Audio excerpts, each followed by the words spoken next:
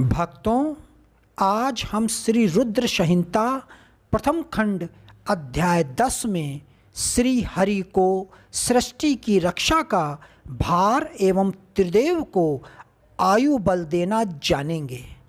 परमेश्वर शिव बोले, हे उत्तम व्रत का पालन करने वाले विष्णु, तुम सर्वदा सब लोकों में पूजनीय और मान्य होगे। ब्रह्मा जी के द्वारा रचे लोक में कोई दुख या संकट होने पर दुखों और संकटों का नाश करने के लिए तुम सदा तत्पर रहना। तुम अनेकों अवतार ग्रहण कर जीवों का कल्याण कर अपनी कीर्ति का विस्तार करोगे। मैं तुम्हारे कार्यों में तुम्हारी सहायता करूँगा और तुम्हारे शत्रुओं का नाश करूँगा। तुम में और रुद्र में कोई अंतर नहीं है, तुम एक दूसरे के पूरक हो। जो मनुष्य रुद्र का भक्त होकर तुम्हारी निंदा करेगा, उसका पुण्य नष्ट हो जाएगा और उसे नरक भोगना पड़ेगा। मनुष्यों को तुम भोग और मोक्ष प्रदान करने वाले और उनके परम पूज्य देव होकर उनका निग्रह, अनुग्रह आदि करोगे। ऐसा कहकर भगवान शिव ने मेरा हाथ विष्णु जी के हाथ में देकर कहा, तुम संकट के समय सदा इनकी सहायता करना तथा सभी को भोग और मोक्ष प्रदान करना तथा सभी मनुष्यों की कामनाओं को पूरा करना। तुम्हारी शरण में आने वाले मनुष्य को मेरा आश्रय भी मिलेगा तथा हम में भेद करने वाला मनुष्य नरक में जाएगा।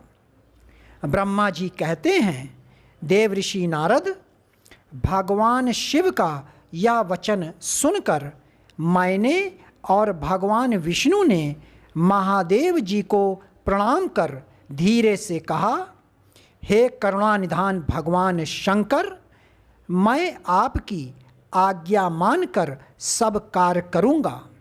मेरा जो भक्त आपकी निंदा करे उसे आप नरक प्रदान करें। आपका भक्त मुझे अत्यंत प्रिय है। महादेव जी बोले, अब ब्रह्मा, विष्णु और रुद्र के आयु बल को सुनो। 4000 युग का ब्रह्मा का एक दिन होता है और 4000 युग की एक रात होती है। 30 दिन का एक महीना और 12 महीनों का एक वर्ष होता है। इस प्रकार के वर्ष प्रमाण से ब्रह्मा की 100 वर्ष की आयु होती है और ब्रह्मा का एक वर्ष विष्णु का एक दिन होता है। वह भी इसी प्रकार से 100 वर्ष जिएंगे तथा विष्णु का एक वर्ष रुद्र के एक दिन के बराबर होता है और वह भी इसी क्रम से 100 वर्ष तक स्थित रहेंगे। तब शिव के मुख से एक ऐसा श्वास प्रकट होता है जिसमें उनके 21,600 दिन और रात होते हैं।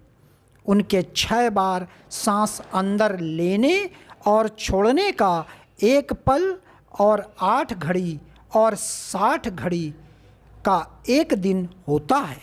उनके सांसों की कोई संख्या नहीं है, इसलिए वे अक्षय हैं। अतः तुम मेरी आज्ञा से सृष्टि का निर्माण करो। उनके वचनों को सुनकर विष्णु जी ने उन्हें प्रणाम करते हुए कहा कि आपकी आज्ञा मेरे लिए शिरोधार्य है। यह सुनकर भगवान शिव ने उन्हें आशीर्वाद दिया और अंतर्ध्यान हो गए। उसी समय से लिंग पूजा आरंभ हो गई। भक्तों, आगे की कथा श्री रुद्र संहिता प्रथम खंड अध्याय 11 अवश्य सुने और हमें कमेंट में ओम नमः शिवाय लिखना ना भूलें।